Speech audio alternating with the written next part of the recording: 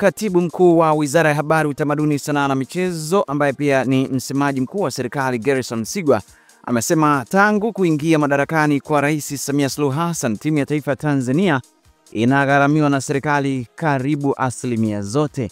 Anasema ni kwamba timu ya taifa ni takriban asilimia zote tunaigharamikia sisi serikali. Hayo yote amezungumza kwenye tukio maalum kumhusu Rais wa Yanga Hersi Said, ambapo kwa sasa Hersi Said ni mwenyekiti wa Umoja wa Klabu Afrika, lakini pia hivi karibuni ameteuliwa kuwa mjumbe wa kamati ya mashindano ya FIFA kwa ngazi ya klabu. Tupo katika nchi ambayo ina support michezo.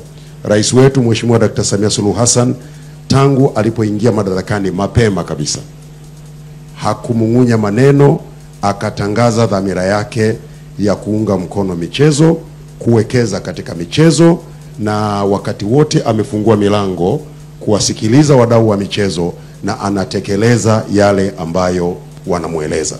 Kwa hiyo mimi nawatakia kila la heri Engineer House na wenzako wote kwenye kamati zenu. Nachowaomba mkitoka huko kwenye vikao, yale mnayoyaona kwamba Watanzania tutanufaika, njooni nayo mara moja. Mimi nawaahidi kwa niaba ya serikali tutayapokea na tutayafanyia kazi mara moja. Lakini sisi kwetu serikalini tukiangalia michezo, tunaangalia ajira kwa Watanzania, tunaangalia uchumi, tunaangalia biashara, tunaangalia kutangaza nchi yetu kimataifa. Kwa hivyo tunaona kwamba hili ni daraja muhimu ambalo tunaweza kulitumia na tuko tayari. Sasa ni vigumu kusema mengi leo kwa sababu engineer mwenyewe kashasema bado hajajua huko kwenye kamati kuna nini. Kwa hiyo wakienda kule kwenye kamati watarejea, tutaketi, tutazungumza, lakini ambacho sina mashaka ni kwamba kwa upande wa serikali tuko tayari, na Mheshimiwa Rais alipoelekeza tufanye uwekezaji mkubwa kwenye miundombinu, kujenga viwanja na mengine mengi, kuiangalia vizuri timu ya taifa. Maana watu wengi hawajui timu ya taifa tangu Mheshimiwa Rais ameingia madarakani, timu ya taifa ni karibu asilimia zote tunaigharimia serikali, na hasa kwenye CHAN. Kazi kubwa kwa kweli, tunamshukuru sana Mheshimiwa Rais kwa sababu haikuwa hivyo siku za nyuma. Hiyo ni dhamira, ni message kwamba serikali imeamua kuingia kwenye michezo na sio kuingia kwa maneno lakini kwa vitendo. Kwa hiyo sisi watakaoyatoa huko kwenye kamati wakija wakiyaleta, tutakuja hapa tutayasimamia. Naye Rais wa Yanga Engineer Hersi Said ameweza kumwomba radhi kocha Ednan Lema wa Yanga Princess, akisema kwamba wao kama uongozi hawajaweka kipaumbele kwa upande wa timu hiyo na vijana. Anasema kwamba siku wakiweka kipaumbele kwa Yanga Princess basi wanalibeba kombe. Kiongozi huyo pia ameweza kuzungumzia swala la mchakato wa mabadiliko. Anasema hatujaweka jitihada za kutosha kuhakikisha tunachukua ubingwa. Kwa hizi youth development, falsafa inapaswa kuwa ni kuhakikisha una produce wachezaji wengi zaidi kwenda kwenye senior team, na hilo nikiri hatujalifanikiwa. Kwa hiyo hayo mawili yapo katika to-do list yetu na mtayaona. Eneo la tatu ambalo pia linahitaji improvement ni eneo la facility. Sasa hivi tuna facility pale Kigamboni kwenye maeneo ya Avic, lakini malengo ya uongozi wetu ni kuhakikisha tunajenga uwanja wetu, kuimprove facility, kuwa na uwanja wetu wenyewe. Kwa hiyo ukitazama kwenye hiyo ambayo tunazungumza, tumefanikiwa kwenye senior team peke yake, lakini kuna maeneo matatu ambayo bado hatujafanya vizuri. Na sio kwamba tumefeli, isipokuwa hayajawa kipaumbele. Na siku tukiweka kipaumbele, Yanga Princess itachukua ubingwa. Hiyo nataka niwahakikishie. Na siku tukiweka kipaumbele kwenye facility, tutaanza ujenzi wa uwanja na tutaumaliza. Na siku tukiweka kipaumbele, youth development yetu itakuwa one of the best in the country. Kwa hiyo haya yapo katika to-do list yetu na tutayafanya. Sisi transformation ya Yanga kwanza haijakwama. Labda nikiri hili. Kuna wenzetu, najua klabu ya Simba imeanza kufanya transformation, na niseme ni transformation nzuri, imepita kwenye hatua nyingi. Yako maeneo ambayo yalikuwa yanaihusu pia serikali imeshiriki kwa nafasi yake, na Simba wanaweza kuwa na status yao. Sisi Young Africans kwenye transformation yetu hatujakwama. Kwa nini? Transformation yetu ipo katika hatua kadhaa. Ya kwanza ilikuwa ni kujifunza.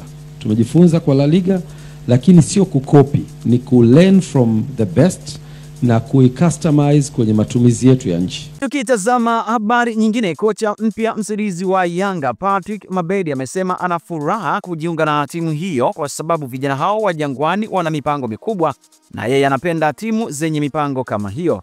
Kocha huyo amesema Yanga ina historia kubwa na ina wafuasi wengi na ameiona timu hiyo ikifanya vizuri as well.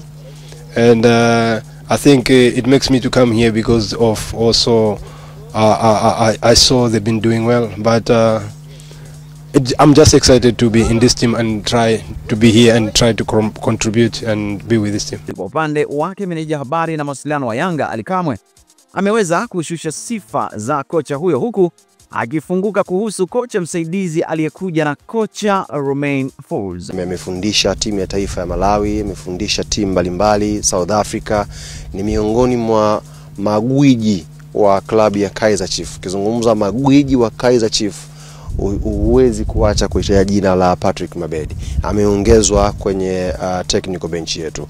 Swali laweza kuwa yuko wapi Manu Rodriguez ambaye alikuwa assistant anayefanya kazi na Romain Folz. Manu Rodriguez amepata changamoto ya kiafya na amewasilisha barua yake kwenye uongozi kwamba anaomba apate muda wa kupumzika aende kushughulikia changamoto yake afya ambayo ameipata. Kwa hiyo uongozi umempa baraka zote na anaingia nchini siku ya kesho. Baada ya kwenda kufanya vipimo vyake, anaingia nchini siku ya kesho kwa ajili ya kukamilisha taratibu zote za kumalizana na uongozi wa Club Young Africans na kumruhusu aende. Kwa hiyo tukaona hapa wakati huu timu inajiandaa tutafute assistant mwingine, na tumemchukua assistant mwenye uzoefu mkubwa, mwenye CV kubwa, assistant mwenye leseni pia ya CAF. Our new assistant coach wa klabu yetu hana tattoo, hana chochote, ana CV, ni kocha mkubwa, ni kocha ambaye anaweza kukaa kwenye technical bench yoyote as head coach, lakini huku tumemchukua kama assistant coach, anakuja kusaidiana na Romain Folz. Tukitazama habari nyingine, kikosi cha Azam FC kimeweza kutua visiwani Zanzibar kwa ajili ya mchezo wao wa kombe la shirikisho Afrika dhidi ya KMKM. Mchezo huo, nikukumbushe mtazamaji, utapigwa Oktoba 18 mwaka huu majira ya saa 10:15 za jioni katika dimba la New Amani Complex pale visiwani Zanzibar.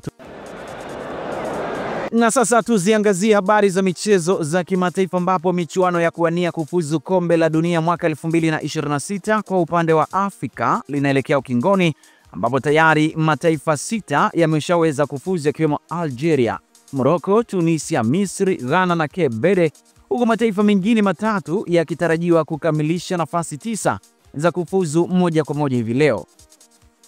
Tofauti na matoleo yaliyopita ya kombe la dunia ambapo Afrika ilikuwa na nafasi ya kupeleka timu 5 tu kwenye michuano hiyo, safari hii kuna uwezekano wa mataifa 10 kutoka Afrika kushiriki, ambapo mataifa 9 kutoka makundi 9 ya kufuzu michuano hiyo yatafuzu moja kwa moja. Nafasi moja iliyobaki itagombaniwa na timu 4 bora, yani top 4 zilizomaliza nafasi ya pili kwenye makundi yote 9, ambapo timu hizo zitachuana kuanzia hatua ya nusu finali na finali itakayopigwa nchini Morocco kuanzia Novemba 13 mpaka 16 mwaka huu 2025. Bingwa wa mchujo huo ataiwakilisha Afrika kwenye mchujo wa mabara wa FIFA, yani FIFA Intercontinental Playoff, na akipenya hapo ndipo ataweza kufuzu kombe la dunia 2026 na kufanya Afrika iwe na timu 10 kwenye michuano hiyo kwa mara ya kwanza kihistoria.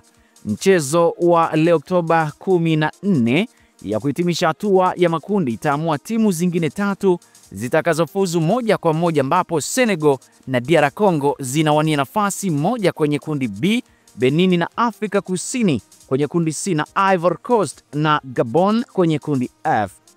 Uganda the Cranes inaangazia ushindi dhidi ya Algeria ili kujiweka kwenye nafasi nzuri ya kumaliza kwenye top 4 ya timu zilizomaliza nafasi ya pili kwenye makundi yote, na the Cranes kwa sasa wapo nafasi ya pili kwenye kundi G, alama 18 baada ya mechi 9, wakiwa nyuma ya vinara Algeria alama 22 baada ya mechi 9. Mechi za leo mapema saa 10 kulikuwa kuna mchezo mmoja kati ya Seychelles dhidi ya Gambia, lakini michezo mingine ilikuwa ni ya saa 1, ambapo mchezo wa kwanza ulikuwa ni wa Somalia dhidi ya Mozambiki, mwingine ulikuwa ni Algeria dhidi ya Uganda, South Africa dhidi ya Rwanda, Guinea dhidi ya Botswana, lakini Nigeria dhidi ya Benin. Michezo yote hiyo imechezwa majira ya saa 1 kamili, ama imeanza majira ya saa 1 kamili, lakini saa 4 kutakuwa na michezo 4 ambapo Senegal atakuwa uwanjani dhidi ya Mauritania, Morocco dhidi ya Congo, Ivory Coast dhidi ya Kenya, huku DR Congo dhidi ya Sudan. Hiyo ndio michezo ya kuwania kufuzu kombe la dunia kwa Afrika mwaka 2026. Hadi kufikia hapo na tamatisha habari za michezo na burudani. Langu jina Ali Swaleh Mshana.